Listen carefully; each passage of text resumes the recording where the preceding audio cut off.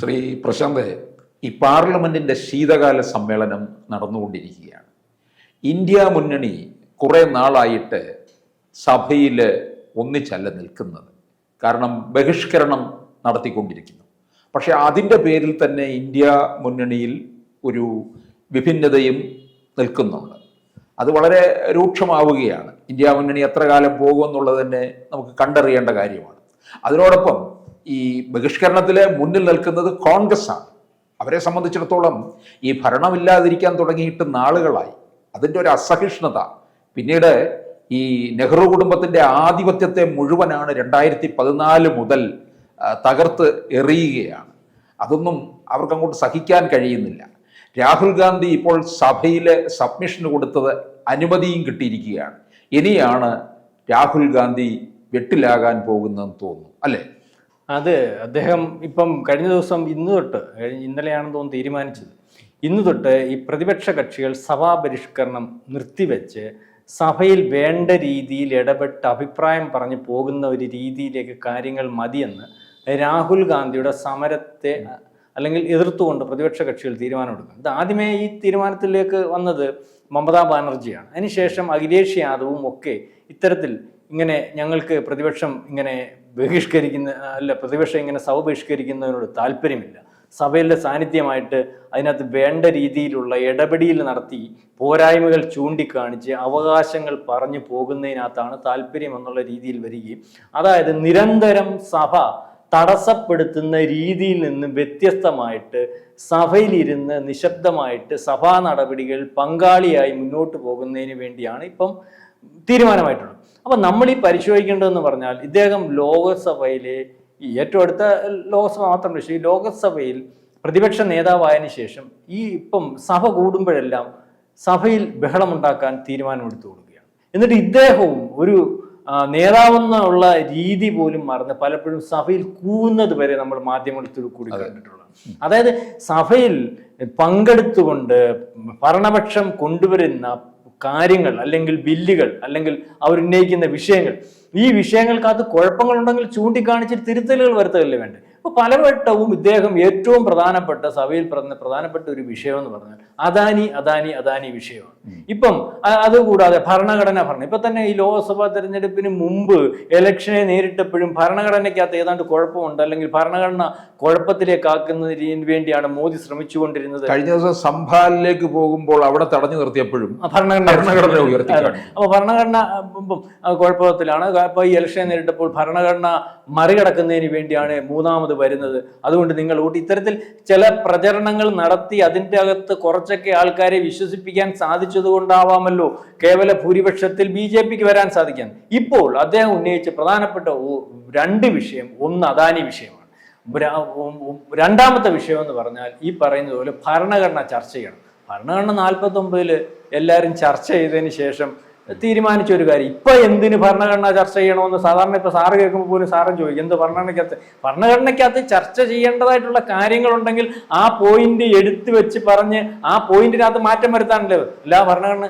ഇപ്പോൾ നമുക്ക് വിചിത്രമായിട്ട് തോന്നുന്ന ഒരു കാര്യം എന്ന് പറഞ്ഞാൽ, ഡിസംബർ 13, 14 തീയതികളിൽ പ്രതിപക്ഷ നേതാവ് കൊടുത്ത സബ്മിഷൻ അനുവദിച്ചുകൊണ്ട് ഓം ബിർള പറഞ്ഞിരിക്കുന്നു ഭരണഘടന ചർച്ച ചെയ്യുന്നതിന് വേണ്ടി തീരുമാനമെടുത്തിരിക്കുന്നു.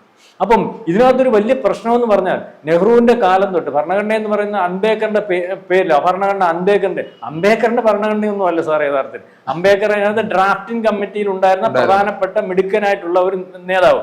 അല്ലെങ്കിൽ അദ്ദേഹം തന്നെ പറഞ്ഞിട്ടുണ്ടല്ലോ, ഞാൻ ഭരണഘടന ഉണ്ടാക്കിയത് പല രാജ്യങ്ങളുടെ ഭരണഘടന പരിശോധിച്ച് അതിനകത്ത് ഏറ്റവും യോഗ്യമായിട്ടുള്ള കാര്യങ്ങൾ ഉൾപ്പെടുത്തി ഒരു ഭരണഘടന കൊണ്ടുവരികയും അതിനകത്ത് ഭരണഘടന 56 പേരുണ്ടായിരുന്ന എനിക്ക് തോന്നുന്നത്. കണക്കത്ര കൃത്യം എനിക്കറിയില്ല, 56. അവരെല്ലാം കൂടെ കൂടിയിരുന്ന് തീരുമാനിക്കും, ഓരോ നിയമങ്ങൾക്കകത്ത് അഭിപ്രായം പറയുകയും ഈ നിയമങ്ങൾ ഏറ്റവും നല്ലത് ചൂണ്ടിക്കാണിച്ച് എടുക്കുകയും ഇതിനകത്ത് ചില കാര്യങ്ങൾക്കകത്ത് മുഖ്യമായിട്ട് തീരുമാനം എടുക്കുന്നതിന് വേണ്ടി അംബേദ്കർ കഴിഞ്ഞിട്ടുണ്ട്, ഇന്നത് വേണ്ട എന്ന് തീരുമാനിക്കാൻ പുള്ളി കഴിയും, അതിനുള്ള അധികാരം കൊടുത്തിട്ടുണ്ട്. അങ്ങനെ ഉണ്ടായ ഭരണഘടനയാണ്. അപ്പൊ ആ ഭരണഘടനയ്ക്കകത്ത് ഇനിയും വേറൊരു പ്രശ്നം എന്ന് പറഞ്ഞാൽ, ഈ ഭരണഘടനയ്ക്കകത്ത് ഈ ഭരണഘടന ഉപയോഗിച്ച് അല്ലെങ്കിൽ ഭരണഘടന തിരുത്തണം എന്നുള്ള നിയമങ്ങൾ പാർലമെന്റിൽ പാലിക്കാതെ ഭരണഘടന പലവട്ടം തിരുത്തിയിട്ടുള്ളത് നെഹ്റുവാ. അല്ലെങ്കിൽ ഇന്ദിരാഗാന്ധിയാ, അല്ലെങ്കിൽ ഭരണഘടനയ്ക്കകത്ത് ഈ പറയുന്ന പ്രയോഗിക്കാൻ പാടില്ലാത്ത അടിയന്തര ഘട്ടത്തിൽ പ്രയോഗിക്കേണ്ട പല കാര്യങ്ങളും പ്രയോഗിച്ചിട്ടുള്ള ഇന്ദിരാഗാന്ധിയാ അടിയന്തരാവസ്ഥ. അതുപോലെ തന്നെ എത്രയോ വട്ടം ഈ പറയുന്നത് പോലെ നിയമസഭകളെ പിരിച്ചുവിടുന്നതിന്റെ അധികാരം ഉപയോഗിച്ച് നിയമസഭകളെ പിരിച്ചുവിട്ടിട്ടുള്ളത് ഏറ്റവും കൂടുതൽ കോൺഗ്രസിന്റെ കാലത്താണ്. നമ്മളീ പറയുമ്പോൾ കഴിഞ്ഞ 10 കൊല്ലം നരേന്ദ്രമോദി ഭരിക്കുമ്പോൾ വളരെ കൂടുതൽ സാധ്യതയുള്ള പല സംസ്ഥാനങ്ങളും പ്രശ്നങ്ങളുണ്ടായപ്പോഴും അതിന് കേന്ദ്ര ഗവൺമെന്റ് തയ്യാറായിട്ടില്ല. നമ്മൾ ഈ പരിശോധിക്കുമ്പോൾ നമ്മൾ നിഷ്പക്ഷമായിട്ട് കാര്യം പറയുമ്പോൾ അതിനകത്ത് നമ്മൾ ഇപ്പൊ തന്നെ എത്ര വട്ടം പിരിച്ചുവിടാൻ പറ്റുമായിരുന്നു മമതാ ബാനർജിയുടെ വിഷയം, ആ ഡോക്ടറുടെ വിഷയം തന്നെ നമുക്കറിയാമല്ലോ. ജനം മൊത്തം വളരെ ഗൗരവമുള്ള വിഷയം. പ്രതിപക്ഷവും അവർക്ക് അവരുടെതിനകത്ത് തന്നെ വിടനം ഉണ്ടായി, അവരുടെ ഭരണപക്ഷത്തിനകത്ത് തന്നെ വിടനം ഉണ്ടായി, എന്നിട്ട് പോലും അതിന് തയ്യാറാവാത്തവർ. അപ്പൊ അതിനകത്ത് ആണ് ഇദ്ദേഹം ഭരണഘടനയുടെ കാര്യം പറഞ്ഞത്. അത് തെറ്റിദ്ധരിപ്പി. അതുപോലെ മാത്രമല്ല, കഴിഞ്ഞ ലോക്സഭാ തിരഞ്ഞെടുപ്പിൽ നമ്മൾ ഈ ഭരണഘടന വെച്ച് സത്യപ്രതിജ്ഞ ചെയ്യുവാനുള്ളത്. ഭരണഘടന ആണ് അനുസൃതമായിട്ട് നമ്മൾ സത്യം പറയാം. മാത്രമല്ല, നമ്മുടെ ഭരണഘടന എന്ന് പറയുമ്പോൾ പലവട്ടം ഈ ഭരണഘടനയെ തൊട്ട് വെച്ചിട്ടാണ് ഈ പ്രധാനമന്ത്രി അല്ലെങ്കിൽ അത്രയും മൂല്യമായിട്ടാണ് ഇവർ ഈ ഭരണഘടന എന്ന് പറയുന്നത്. സാറേ, ഈ മൊബൈലിൽ അത്രയുള്ള ഒരു സാധനമായി ഭരണഘടന എന്ന് പറയുന്നത് എടുത്ത് കാണിക്കുന്നത്.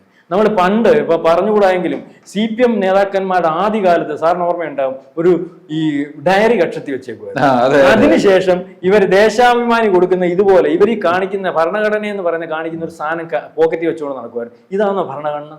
അത് തന്നെ രാഹുൽ ഗാന്ധി അടുത്ത ഒരു പ്രാവശ്യം ഒരു BJP MP ലോക്സഭയെ വെച്ച് ചോദിച്ചു, നിങ്ങൾ ഈ ഭരണഘടന എന്ന് പറയുന്നുണ്ടല്ലോ, നിങ്ങൾക്ക് ഭരണഘടനയിൽ എത്ര പേജ് ഉണ്ടെന്നറിയാമോ? ഇദ്ദേഹം തിരിച്ചൊരു അക്ഷരം വേണ്ടിയില്ല. ഭരണഘടനയിൽ എത്ര പേജ് ഉണ്ടെന്ന് പറയുന്നതിനകത്ത് എന്തോ സാറേ കുഴപ്പം? ഒരു 350 പേജുണ്ട്, 365 പേജാന്ന് വെച്ചു, അല്ലെങ്കിൽ 350 ഇല്ല 326 പേജാന്ന് വെച്ചോണ്ടോ. അത് വലിയ രീതിയിൽ അച്ചടിച്ചാൽ 350 ആയിക്കൂടെ? എന്നാൽ ഒരു എണ്ണം പറയാൻ പോലും ഒരു പ്രതിപക്ഷ നേതാവിൻ്റെ അടുത്ത് BJPയുടെ ഭാഗത്തു നിന്നുള്ള ഒരു MP ചോദിച്ചപ്പോൾ ഭരണഘടന എന്ന് പറഞ്ഞുകൊണ്ടിരിക്കുന്ന ഒരു MP ചോദിച്ചപ്പോൾ അതിന് അദ്ദേഹത്തിന് കഴിയുന്നില്ല. അത് ഏറ്റവും ആദ്യം ഭരണഘടന തിരുത്തുന്നത് ശരിക്കും പറഞ്ഞാൽ നെഹ്റുവാണ്. അതെന്ന് പറഞ്ഞാൽ ഈ പറയുന്നത് പോലെ ഈ മാധ്യമ സ്വാതന്ത്ര്യത്തിന് കൂച്ചുവലം കിടുന്ന ഒരു നിയമം കൊണ്ടുവന്നു. ഓർമ്മയുണ്ടോ?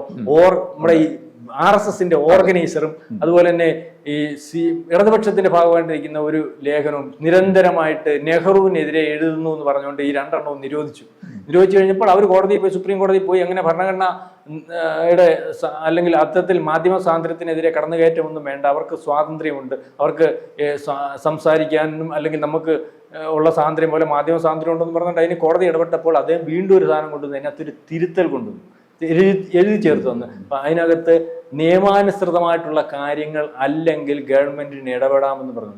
അതുപോലെ തന്നെ 42-ാം വകുപ്പ് ഈ പറഞ്ഞ പോലെ ഇന്ദിരാഗാന്ധി ഇരുന്നപ്പോഴില്ലേ ഈ 42-ാം വകുപ്പ് ഭേദഗതി, അതെന്ന് വെച്ചാൽ മതേതരത്വം അല്ലെങ്കിൽ ഈ പറയുന്നത് സോഷ്യലിസം, ഇത് രണ്ടും ഭരണഘടനയ്ക്കകത്തില്ല. ഇതൊക്കെ ഈ പറയുന്നതിനകത്തൊക്കെ ഇതെല്ലാം ശരിയല്ലെന്ന് അന്ന് പറഞ്ഞ പാർട്ടിയാ CPM, അല്ലെങ്കിൽ അന്ന് പറഞ്ഞ പാർട്ടിയാ DMK, അന്ന് പറഞ്ഞ പാർട്ടിയാ മമതാ ബാനർജി. അതെല്ലാം ഇവിടെ ഭാഗമായിട്ട് നിൽക്കുക. നാളെ കാലത്ത് ഇത് ചർച്ച ചെയ്യുന്നതിന് ആവശ്യപ്പെട്ടപ്പോൾ ഇദ്ദേഹത്തിന് ഇത് കേട്ടപ്പോൾ ഇദ്ദേഹത്തിന് യാതൊരു ആശ്ചര്യവുമില്ല. കാരണം ഇദ്ദേഹത്തിന് ഇതിനെപ്പറ്റി ഒന്നും അറിയത്തില്ല. പണ്ട് ഒരു പഴഞ്ചൊല്ലുണ്ട്, മരിച്ചു പോയവർക്കും ഭ്രാന്തന്മാർക്കും യാതൊരു ടെൻഷനും ഇല്ല. മനസ്സിലായില്ലേ? എന്റെ അർത്ഥം കൂടുതൽ വിശദീകരിക്കണ്ട എന്ന് പറഞ്ഞാൽ ഇതന്നെ. പക്ഷെ ഇതിനകത്ത് ഈ ഭരണഘടന ചർച്ച ചെയ്യണം തീരുമാനമെടുത്ത് ഭരണപക്ഷം വരുമ്പോൾ പ്രതിപക്ഷത്തിന്റെ ഭാഗമായിട്ട് നിൽക്കുന്നവർ അന്ന് ഈ ഭേദഗതി കൊണ്ടുവന്ന കാര്യങ്ങൾക്കെല്ലാം എതിരെ നിന്നവരാണ്. പറയുന്നത് മനസ്സിലാവണ്ട, അവരെതിരെ ചർച്ച ചെയ്യും. അന്ന് ഈ ഭേദം എല്ലാം എതിരെയെന്ന്. അതുപോലെ ഇനി അദാനി വിഷയം, സാർ ഒന്ന് ആലോചിച്ചു. അദാനി എന്ന് പറയുന്ന ലോകത്ത് ഉള്ള രാജ്യം, അദാനിയുടെ വിഷയം ഇപ്പം ജസ്റ്റിസ് ഓഫ് ഡിപ്പാർട്ട്മെന്റ് എന്ന് പറഞ്ഞുകൊണ്ട് അമേരിക്കയുടെ അവർ പറയുന്നു അദാനി അവിടുന്ന് 25,000 കോടി രൂപ അല്ലെങ്കിൽ ഷെയർ കടപ്പത്രം കൊടുത്ത് പിരിച്ചിട്ടുണ്ട്. ആ പ്രോജക്റ്റ് ഉണ്ടാക്കുന്നതിന് വേണ്ടി ആ പ്രോജക്റ്റിന്റെ ഭാഗമായിട്ട് ഇവിടെ വന്ന് തമിഴ്നാട്ടിൽ പോയി പൈസ പിരിച്ചു, അല്ലെങ്കിൽ ആ ഗവൺമെന്റിനെ സ്വാധീനിക്കാൻ പൈസ കൊടുത്തു, ബംഗാളിൽ കൊടുത്തു, പിന്നെ ആന്ധ്രാപ്രദേശിൽ കൊടുത്തു. ഈ കൊടുത്തെന്ന് പറയുന്നത് മൊത്തം പ്രതിപക്ഷത്തിന്റെ ഭാഗമായിട്ട് നിൽക്കുന്നിടത്താണ് കൊടുത്തേക്കുന്നത്. അവർ ഭരിക്കുന്ന സമയത്താണ് കൊടുത്തേക്കുന്നത്. ഇയാൾ ഈ സാധനം എടുത്തുകൊണ്ട് ലോക്സഭ വരും, അവർക്കല്ലേ പ്രശ്നമാവുന്നത്, എടുത്തുകൊണ്ട് വരും. മാത്രവുമല്ല, ഇതിപ്പം വന്നേക്കുന്ന ഏറ്റവും അവസാനം വന്നേക്കുന്ന കാര്യം എന്ന് പറഞ്ഞാൽ ഇത് അവരുടെ ഒരു ആരോപണം മാത്രമാണ്. ഹിൻഡൻബർഗ് എന്ന് പറയുന്ന സംവിധാനം പോലെ അവരുടെ ആരോപണം. ഇന്ന് തെളിവുകളും കാര്യങ്ങളും ഒന്നുമില്ല. അപ്പൊ ഇപ്പൊ ഏറ്റവും ലേറ്റസ്റ്റ് ആയിട്ട് വന്ന വിവരമാണ് ഞാനീ പറയുന്നത്. ഈ വിഷയം ഇനിയും ഇദ്ദേഹത്തിന് പണി കിട്ടാൻ പോവാ. ചിലപ്പോൾ ഈ ഭരണഘടന ചർച്ച ചെയ്ത് കഴിഞ്ഞിട്ട് വീണ്ടും ഓം ബിർളയെ കൊണ്ട് പറയിച്ചാൽ മതിയല്ല, അദാനിയുടെ വിഷയം കൂടെ ചർച്ച ചെയ്യാവും. അതോടുകൂടി നമ്മൾ മുമ്പ് സ്റ്റോക്കിനകത്ത് പറഞ്ഞതുപോലെ ഇദ്ദേഹം വീണ്ടും ഒരു വലിയ കോമാളിയായിട്ട് അവതരിക്കാനുള്ള ഒരു സാധ്യതയാണ് കാണുന്നത്. അതായത് നമ്മൾ നേരത്തെ പറഞ്ഞതുപോലെ അല്ലേ, ഈ പറഞ്ഞതുപോലെ ഇദ്ദേഹം എടുത്തു കൊടുക്കുന്ന ആയുധം അല്ലെങ്കിൽ ഇദ്ദേഹം എടുത്തുപയോഗിക്കാൻ വെച്ചിരിക്കുന്ന ആയുധം ഈ പറയുന്നത് പോലെ ശത്രുവിന്റെ കയ്യിലേക്ക് പോകുന്ന ഒരവസ്ഥയാണ് കാര്യങ്ങൾ കണ്ടുകൊണ്ടിരിക്കുന്നത്. ഇദ്ദേഹം എന്തുകൊണ്ട് വരുന്നോ ആ ആയുധം മോദി എടുത്തു വെച്ച് പുള്ളിക്കെതിരെ ഉപയോഗിക്കുന്ന രീതിയിലേക്കാണ് കാര്യങ്ങൾ. ഏതായാലും നരേന്ദ്രമോദിയോട് പുള്ളി ആവശ്യപ്പെട്ട സബ്മിഷനുകൾ പുള്ളി അംഗീകരിച്ചു കൊടുക്കുകയും അല്ലെങ്കിൽ അതിനകത്ത് ഏറ്റവും പ്രധാനപ്പെട്ട ഭരണഘടന ചർച്ച ചെയ്യണമെന്നുള്ള സബ്മിഷൻ ഈ പറഞ്ഞതുപോലെ ലോകസഭ അംഗീകരിക്കുകയും അത് ചർച്ച ചെയ്യാൻ തീരുമാനിക്കുകയൊക്കെ ചെയ്യുകയാണ്. ഇതോടുകൂടി ഇനിയും ഭരണഘടന എന്ന് പറഞ്ഞ തെരുവിലിറങ്ങാനും ലോകസഭയിൽ പറയാനുമുള്ള കാര്യങ്ങൾ തീരുമെന്നാണ് നമ്മൾ പ്രതീക്ഷിക്കുന്നത്.